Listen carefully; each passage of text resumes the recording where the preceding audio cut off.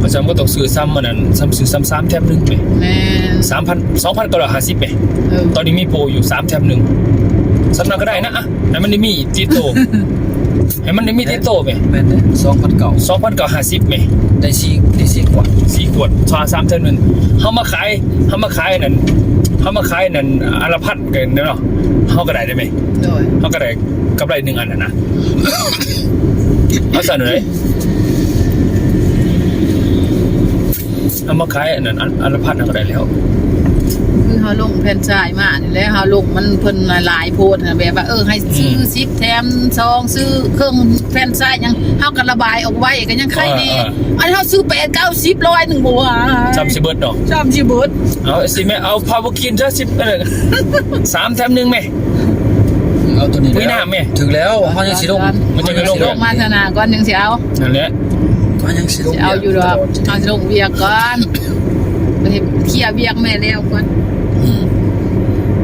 มันพอได้ลงเวียกง่ายๆมันได้คล้ายๆของเฮา โดย ถ้ามีในมือมันหักเสียขายเด้อแม่ แม่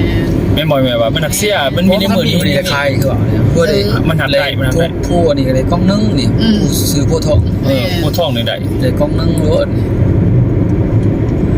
ตอนนี้เฮานี่เปิดตลาดก่อนเข้าฮู้จักแต่เฮายึดบ้านนะแม่เขาบ่ให้ผู้ใดมาเขาได้จังน้อยนี่เดี๋ยวเฮาไปเฮ็ดใบอันนั้นใบหยังก็ใบที่เป็นซื้อทีมลงไปนะเนี่ยมาขึ้นกับตัวนี้นะให้เขาเซ็นบาทโดดตอนเฮาไปคันซอง แม่น ไม่ว่าคนอื่นมาบ่ได้ โอ้ยก็จังว่าเทื่อผู้หนามากเขาสิไปน้ำผู้หนาอีก แม่นเขาจะว่า ถ้าต้องยึดเฮาไว้ได้จำ เขา กา จะ ไว้ดู นี่ ได้ คือละกันน่ะเห็นว่าแล้วเฮามีใบตัวนี้ ไปมาแซงเฮาบ่ได้เด้ แม่น จะลอยมูมาแซงเฮาอีก จังซั่นแล้ว เขาเอิ้นใบอีหยังใบอีสังอย่างเพราะว่ามันตกลงด้วยเนี่ยราคาจะได้ให้บานเท่าไหร่นะคือ ไป ใบ ยังยืนเป็นสมาชิกเฮาบ่ คือเขาเอิ้นอีสังลักษณะว่าเฮาเอาใบตัวนั้นไปคือไปตอนเฮาไปเจรจาเอกสารเนาะเขาว่าตกลงบัดเฮาสิเอาใบตัวนั้นเขาเชิญใบอีสัง ไปหาประกัน ใบเดี๋ยวก่อนเด้อใบแบบว่าเฮาอันใบเป็นใบที่แบบว่าเฮาตกลงกันเรื่องราวของอันนี้ ไปหับ สอบ1 ไปหับ 30,000 ห้อ นะ งไปหับห้องเป็นสมาชิกเฮา สอบ1 30,000 กีบเขาจะให้เจ้าแบบนี้แล้วก็ถ้าได้30 ตันนี่สินั่นเขาบอกที่เขาบอกว่านะอย่างแล้วก็ให้เป็นในหลักอักษรเนี่ย ไปหับผิดชอบบ่ เคินใบเขาเอิ้นใบอีหยังเขาเอิ้นใบอีหยังอะนะใครๆก็คันว่าใบสัญญาซื้อขายกับบ่แม่นน่ะนะ แล้วเว้ยใบหับผิดชอบ เขาเซ็นใบสั่ง ว่า เขาเซ็นใบอีสังต้องไปคิดเบิ่งมีงอมียตีบ่ ลักษณะว่าเฮาอันนั้นเฮาไปเฮ็ดใบอันนั้นเนี่ยเพื่อยังยืนว่าเฮานี่กับบ้านได้ตกลงกันแนวนี้บันทึกขอตกลงบทบันทึก บทบันทึก แบบสู้ฟ้องภาษาเหรอไม่น่าจะป่ะ บทบันทึก บทบันทึกนั่นแหละ ค่าชวดนี่หว่า บทบันทึก แมนบทบันทึกกันแหละ